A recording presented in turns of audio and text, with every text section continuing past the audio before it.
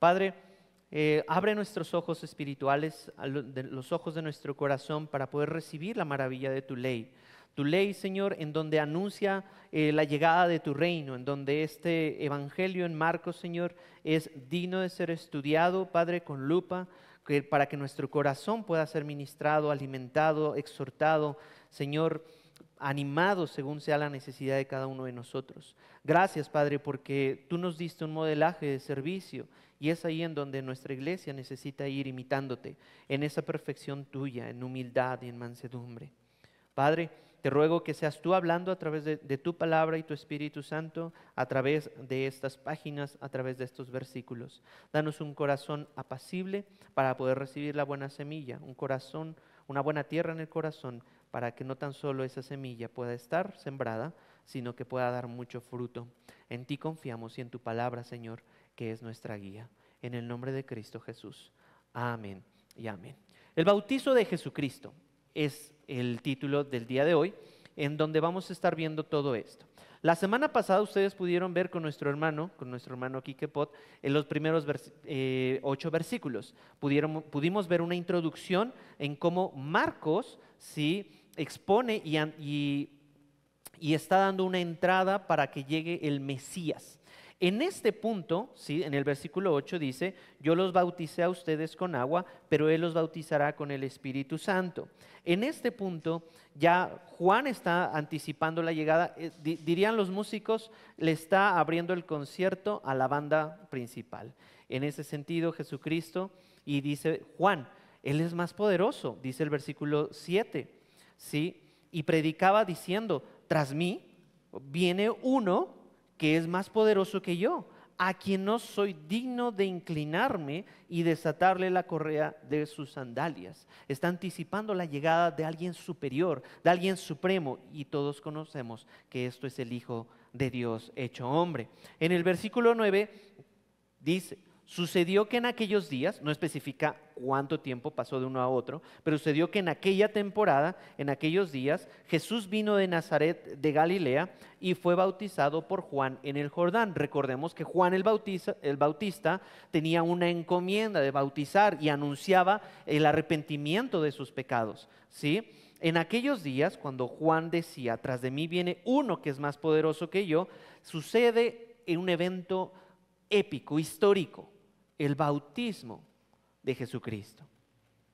Ya en este punto, nosotros como iglesia ya entendemos y sabemos a la luz de las Escrituras que bautizarnos en agua no significa la salvación. Es decir, si yo me bautizo en agua, no quiere decir que automáticamente sea salvo. El bautizo sí significa estoy proclamando, estoy publicando mi fe a los demás creyentes de que sigo y creo en Jesucristo.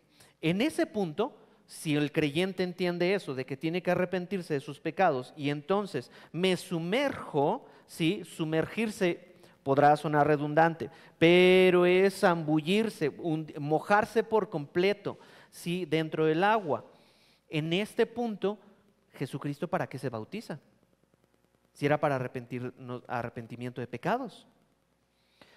Él no necesitaba ser limpiado por su pecado, puesto que Jesucristo era el Cordero que quita el pecado del mundo. Pero Jesucristo fue bautizado, ¿sí? Para cumplir con toda la misión en la tierra, para hacer la voluntad del Padre y para identificarse con el hombre pecaminoso. No tenía por qué hacerlo.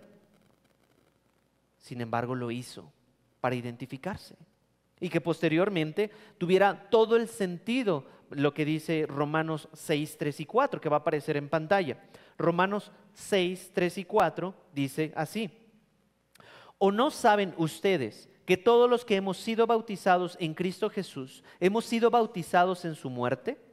Por tanto, hemos sido sepultados con Él por medio del bautizo para muerte, a fin de que como Cristo resucitó de entre los muertos por la gloria del Padre, así también nosotros andemos en novedad de vida. El bautizo es una representación de que yo me identifico con Cristo en su muerte para con los pecados, y entonces al salir del agua, ¿sí? Me identifico con Cristo o Cristo me atribuye su salvación, su resurrección, para que ya no esté muerto, sino para gloria del Padre. Eso es el bautizo en agua. Y después dice, yo los bautizo en agua, pero después vendrá alguien que los bautizará con el Espíritu Santo. Ese es otro tema que más adelante lo estaremos retomando, ¿sí? Y en este punto, Jesucristo anuncia, vino, llegó en el Jordán. Sin embargo, mis queridos, no es una entrada, o mejor dicho, la entrada de Cristo en la historia horizontalmente es una entrada despreciable, poco valorada, sin pomposidad, sin ninguna alabanza a los ojos humanos. ¿Por qué? Porque vamos a ver unos puntos. Jesús, su nombre, no es extraordinario, no es sobresaliente por sí solo. Algunos nombres son más sobresalientes que otros, pero Jesús no, era un nombre común en ese tiempo. Luego venía de Nazaret, una aldea también despreciada y poco notable dentro del mundo religioso. De Nazaret de Galilea, la región que no era muy espiritual y tampoco era un área fuerte de la Biblia en aquel tiempo. Un lugar, pues, no muy llamativo. Ahora, fue bautizado. Podríamos decir, ay, cuánto me gustaría ir al Jordán. Sin embargo, el bautizo en el Jordán, sí dice algún comentarista, era un río poco notable y a menudo desagradable. ¿Por qué? Porque la tradición rabínica primitiva explícitamente descalificaba al río Jordán para la purificación, dice un comentarista. No es bonito el río Jordán. Así tú puedes ver algunas fotografías, ni siquiera es agua transparente. Hay unos ríos mucho mejores. En el río Jordán no hubo aparentemente ninguna entrada triunfal o apreciable. Pero en el versículo 10 dice la palabra de Dios: inmediatamente, al salir del agua, vio que los cielos se abrían y que el Espíritu descendía sobre él como una paloma. Nuevamente, al salir del agua nos indica que estaba sumergido, y antes necesitamos entender eso. Tienes que estar por completo en Jesucristo, tienes que estar completo en el agua, y cuando sales empapado ¿de qué? De agua. Es muy simple. Sin embargo, lo pudiéramos hacer con otro medio. Pudiéramos, ¿sí?, enterrarte o echarte tierra, ¿sí?, y luego sacarte. Implicaría el mismo significado, pero eso sería terrorífico, ¿no? Imagínate que bautizo a tu hijo en nombre del Padre, el Hijo y el Espíritu Santo y échenle toda la tierra. Lo dejamos, ya, ok, y ahora lo sacamos. Eso sería terrorífico. No quisiéramos hacerlo así, por eso es el agua un medio. Ahora, si sales empapado del agua, ¿cómo saldrías si eres resucitado en Cristo Jesús? ¿Empapado de qué? ¿Ideas? ¿Del Espíritu Santo? ¿Del amor? ¿De qué saldríamos empapados si lo pudiéramos poner en esa imagen? Cuando salió del agua, Jesucristo, ahí dice la palabra, vio que los cielos se abrían. Sin embargo, esa traducción es muy pobre. Ojo, no estoy demeritando la palabra de Dios, sino que la palabra aquí, ¿sí?, esquizo, que es esta palabra griega, ¿sí?, esquizo, se puede traducir que se rasgó. La palabra abrir, quiero ponerles una ilustración. La palabra abrir es esto. Es sencillo.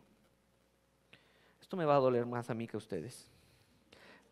Pero la palabra hace alusión a rasgar. Ahora tú, ¿puedes volver a cerrar algo que se abrió? Sí. Pero ahora, ¿puedes volver a su estado original algo que se rasgó? Por más que se intente, esa palabra de rasgar tiene un profundo significado, porque es la misma que se utilizó cuando describe que el velo se rasgó en el templo. Y se rasgó de arriba para abajo. ¿Qué significa? que no puede ser restaurado a su antiguo estado. No se puede cerrar, no se puede volver a lo anterior. Por lo tanto, si el reino de Dios se ha acercado, los cielos se han rasgado los cielos para introducir al poderoso reino de Dios. Y nadie puede retrocederlo. Es magnífico, es impresionante. Lucas 4:18 va a aparecer en pantalla. Lucas 4:18 y acompáñame en tu Biblia. El Espíritu del Señor está sobre mí, porque me ha ungido para anunciar el evangelio a los pobres. Me ha enviado para proclamar libertad a los cautivos y la recuperación de la vista a los ciegos, para poner en libertad a los oprimidos, para proclamar el año favorable del Señor. Todo esto es lo que implica que los cielos hayan abierto. Cerrando el libro, lo devolvió al instante y se sentó. Estaban abriendo el rollo y los ojos de todos en la sinagoga estaban fijos en él. ¿Quién es este que está anunciando una bondad, una prosperidad o el reino de Dios? Y comenzó a decirles este predicador: hoy se ha cumplido esta escritura que han oído. Quien abrió el rollo y empezó a decirles: ¿saben qué? El evangelio ha llegado, se ha enviado a proclamar libertad a los cautivos y a recuperar la vista, la libertad. Fue Cristo mismo que enseñaba en las sinagogas. Por lo tanto, el reino de Dios fue anticipado por Cristo. Los cielos se abrían y el Espíritu descendía sobre él como una paloma. Como una paloma, mi querida iglesia, no dice y el Espíritu Santo era una paloma. Eso podría ser una palabrita.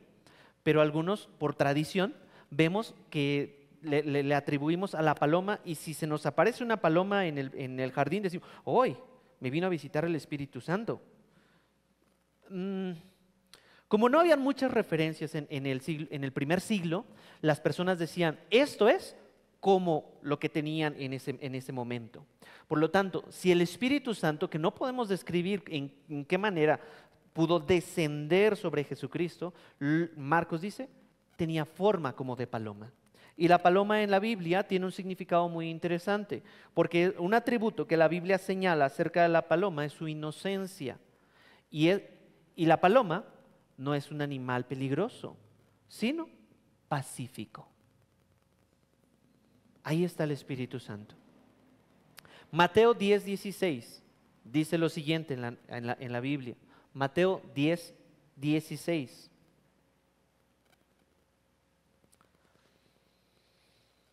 Algunos nada más se quedan en la primera parte, pero la Biblia hay que leerla completa.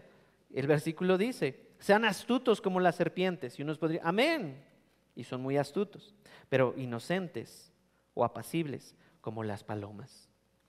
Es una aplicación. El Espíritu Santo nos enseña. La gloria de Cristo es su mansedumbre y su humildad en esta venida. No era nada ostentoso. Se rasgaron los cielos, el Espíritu descendió sobre él y Dios habló audiblemente y se afirmó. Esto es impresionante. Tenemos una entrada no muy llamativa, pero tenemos un cierre glorioso. La afirmación del Padre públicamente diciendo, versículo 11 de Marcos 1: y vino una voz de los cielos que decía: tú eres mi Hijo amado, en ti me he complacido. Yo no sé cómo es que tú percibes cuando alguien públicamente te afirma, o cuando en privado te afirma y te dice: bien hecho, o ese es mi amigo, ¿no? O a tu hijo: ese es mi hijo, o como fuera, ese es mi esposo, es mi marido, ese es mi mujer, como tú quieras.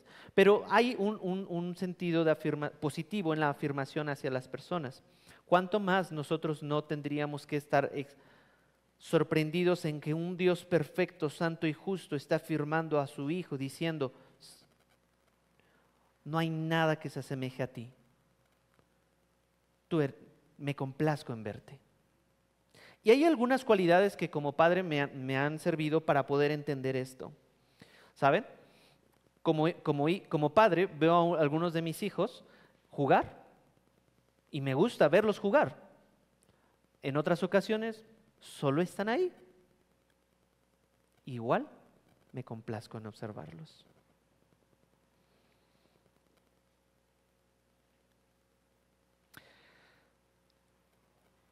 Aquí tenemos una prueba de que Dios Padre está hablando, el Hijo se está bautizando y el Espíritu Santo descendía. Una prueba de la Trinidad de Dios. Y tenemos 4 evidencias de que Jesucristo era real. Marcos 1:1 dice: en el principio del Evangelio de Jesucristo el Mesías, Hijo de Dios. No hay duda de que Jesucristo es el Hijo de Dios. También una segunda evidencia es de que los profetas dijeron en Marcos 1, 2 y 3, ¿sí? Como está escrito en el profeta Isaías: he aquí yo envío a mi mensajero delante de ti, el cual preparará tu camino. Voz del que clama en el desierto, preparen el camino del Señor, hagan derechas sus sendas. Otra evidencia de que Jesucristo era el Hijo de Dios era porque Juan el Bautista lo decía. Hasta ahorita en el versículo 7 dice: y predicaba diciendo, tras de mí viene uno que es más grande, más poderoso que yo, a quien no soy digno de inclinarme y desatar la correa de sus sandalias. Y por último, la evidencia de que el Padre dijo: este es mi Hijo en quien tengo complacencia. Este es mi Hijo amado y en ti me he complacido. Tiene un impacto muy más allá de lo que podemos leer en esta porción. Porque en el día en el que Cristo nos llame a cuentas, que nuestro mayor anhelo será: Señor, espero que tú digas de mí: bien, siervo fiel, en lo poco fuiste fiel, sobre lo mucho te pondré, entra en el gozo de tu Señor. Eso no sería posible si Jesucristo no lo otorgara. ¿Por qué? Somos aceptados en Cristo. De otra manera, tú y yo seríamos despreciados por Dios, despreciables. Seríamos indignos, y Cristo lo logró en aquella cruz. La palabra complacido dice satisfecho, disfruto, te prefiero. Es la palabra eudokeo. Disfruto, te prefiero, estoy satisfecho. Qué hermosa relación tenía Jesucristo con el Padre en ese momento. Y hasta aquí, Jesucristo, según Marcos, no había hecho absolutamente ninguna actividad ministerial. No había hecho ningún milagro, no había expulsado ningún demonio, no había, en este punto, ni siquiera predicado a multitudes. Déjenme compartirles una ilustración que aprendí en Estados Unidos en junio en meses pasados. Cuando estuvieron hablando todo el tema central en esta conferencia de los pastores, un pastor, hablando del Espíritu Santo, ¿sí? Comentaba lo siguiente. El pastor mencionó que en una temporada de su vida él tuvo un accidente terrible que lo dejó pues, básicamente en modo vegetal, tirado en la cama, postrado en la cama, en donde no podía moverse. Este pastor decía: bueno, estoy aquí, se me rompió la columna, no puedo absolutamente ni levantar las manos, no puedo hablar, no puedo moverme, estoy aquí paralizado por completo. Entonces, amigos bien intencionados le dijeron: pastor, recuerda quién eres, recuerda tu llamado. Y en eso, él recuerda: Dios me llamó a ser pastor. ¿Y qué hace un pastor? Pues predica, estudia, habla. Y él dijo: no puedo hacer eso. Por más que quiera, no puedo moverme. Y entró en una crisis de identidad. Porque puso su identidad en su actividad. En ese sentido, ¿sí? Dios le proveyó salud, restablecer su cuerpo por completo, y después de un gran tiempo de rehabilitación, el pastor pudo volver a predicar y a enseñar. Pero este versículo: este es mi Hijo amado en quien tengo complacencia, fue uno de los versículos que Dios le regaló durante toda esa rehabilitación, y para él fue clave. Un día fue a cortarse el cabello, y los barberos, peluqueros, son muy buenos para sacarte preguntas y hacerte preguntas y decirte, oye, ¿y cómo estás? Y todo lo demás. Y aunque no tengas ganas de platicar, te preguntan algo o te cuentan algo. En ese punto, el barbero le pregunta al pastor, pastor, ¿y usted qué espera de sus hijos? Y el pastor se quedó pensando.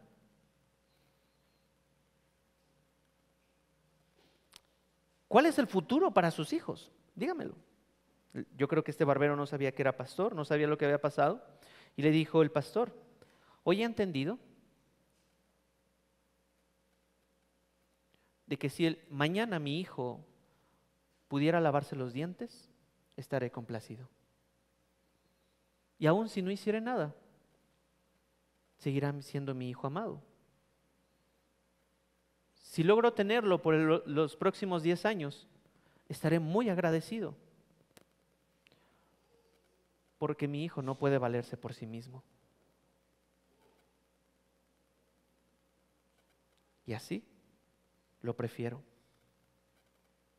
Es mi hijo amado y me complazco con su presencia. Así que no espero nada de mi hijo. Lo amo.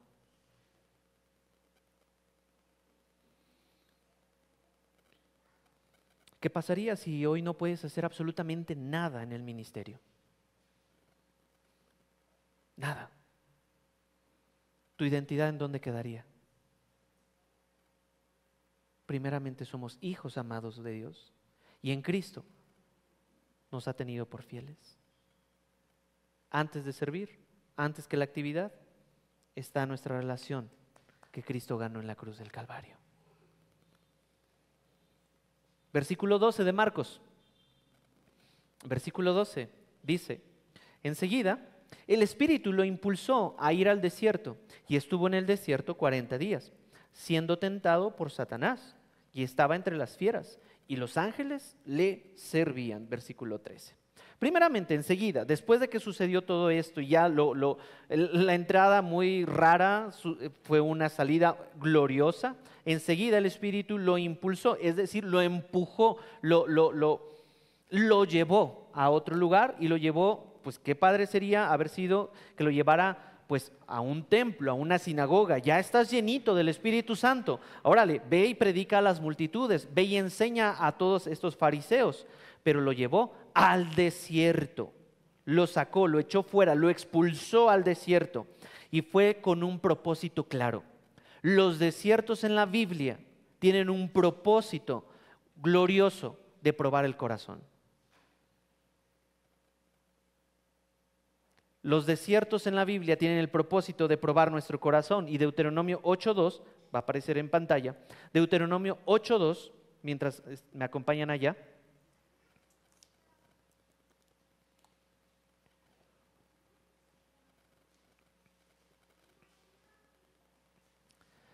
Varios grupos e individuos estuvieron expuestos al desierto. Dice, Deuteronomio 8.2, y te acordarás de todo el camino por donde el Señor tu Dios te ha traído por el desierto durante estos 40 años. Aquí está el propósito, Dios hablándole a su pueblo, 40 años, para humillarte, para probarte, el objetivo y el propósito está claro, a fin de saber lo que había en tu corazón, si guardarías o no sus mandamientos. ¿Estás pasando por un desierto hoy? Es para probar tu corazón, nuestro corazón. El pueblo fue llevado ahí durante 40 años. Otras personas que fueron probadas fue durante la inundación, en el diluvio. Noé llovió 40 días y 40 noches. Y uno podría decir, wow, ¿y qué pasó? ¿Cómo fue, cuál fue el resultado de esa prueba? Pues no tuvo que pasar mucho tiempo. Y Noé pecó. Lo mismo que el pueblo hebreo. Después de esos 40 años y después pecaron. Israel estuvo en el desierto 40 años y pecó. Moisés, otro individuo que estuvo también expuesto a una prueba durante 40 años en el desierto, ¿sí? Cuidando las ovejas. Moisés también, adivinen qué, pecó. Es decir, tú y yo, siendo hijos de Dios, no estamos llamados a vivir una vida de placer constante, sino que Dios permitirá en nuestras vidas pruebas para saber qué hay en nuestro interior. Jesús fue expuesto a una prueba de 40 días de ayuno y oración, y lo único que se pudo extraer de esa prueba durante 40 días fue su victoria espiritual, fue su victoria moral y su rectitud. Porque Jesucristo, frente a la tentación, cuando estuvo en el desierto, no pecó. No pecó. Todos los demás pecaron. Todos los posteriores, incluidos nosotros, también pudiéramos pecar. 40 años, 40 días. Y a veces nos quejamos en 4 días de prueba. Hebreos 4:14 nos da la razón del por qué. Teniendo pues un gran sumo sacerdote, un título atribuido a Jesucristo en el Nuevo Testamento, que trascendió los cielos, nuevamente, ¿sí? Jesús, el Hijo de Dios, retengamos nuestra fe, porque no tenemos un sumo sacerdote que no pueda compadecerse de nuestras flaquezas, sino uno que ha sido tentado en todo, incluido este desierto, como nosotros, pero sin pecado. Eso es maravilloso de conocer, porque en estos 40 días de prueba simplemente revelaron que todos los hijos de Adán, todos esos 40 años, todos los hijos de Adán pecan en ese periodo de prueba. Pero aquí Jesucristo dejó claramente su supremacía, su santidad, su poder, su pureza. Inclusive en el versículo dice, en el versículo 13, fue tentado y estaba entre fieras. Bueno, estaba tentado por Satanás. Aquí Marcos no expone todo el diálogo que tuvo con Satanás y todo lo que él dijo y cómo el Satanás lo tentaba y cómo Jesucristo respondía. Marcos no lo describe simplemente, y Jesucristo fue victorioso y tenía a su alrededor fieras y habían ángeles que le servían. Es decir, ¿sí? Las fieras se contenían frente al Creador, su Creador. O sea, ellos sabían que Jesucristo tenía autoridad y ellas lo reconocían, al igual que los ángeles. Los ángeles, estos seres que son un poco superior a los hombres, ¿sí? Les servían reconociendo que era Cristo. Las criaturas, fieras y ángeles, veían al Hijo de Dios encarnado, la imagen de Dios, la plenitud, su reflejo, y le rendían gloria a un Jesucristo glorioso. La pregunta, mi querida iglesia, es si para nosotros hoy Jesucristo representa a alguien a quien nos rendimos por completo. Las fieras lo hicieron, los ángeles lo hicieron, ¿y nosotros serviremos genuinamente a Jesucristo? ¿A un siervo manso y humilde? ¿O lo tendremos por menos? ¿O lo tendremos por menos? Continúa en el versículo 14. Después que Juan había sido encarcelado, Jesús vino a Galilea, predicando el evangelio de Dios. Aquí me hago un paréntesis. Nosotros estábamos estudiando hace unos momentos en el discipulado que Dios deja visible toda su grandeza y todo su poder y toda su deidad a través de la creación e inclusive a través de una conciencia. Sin embargo, ¿es posible ser salvo solamente por la creación y la conciencia? No. Por lo tanto, aquí Juan, ¿sí?, predicaba y Jesús predicaba: arrepiéntanse. El evangelio comienza con un arrepentimiento. Vuélvanse de su pecado, volvámonos del pecado. No tan solo, Santiago dice, no tan solo satisfagamos las necesidades físicas, sino que también podamos predicarle a las personas.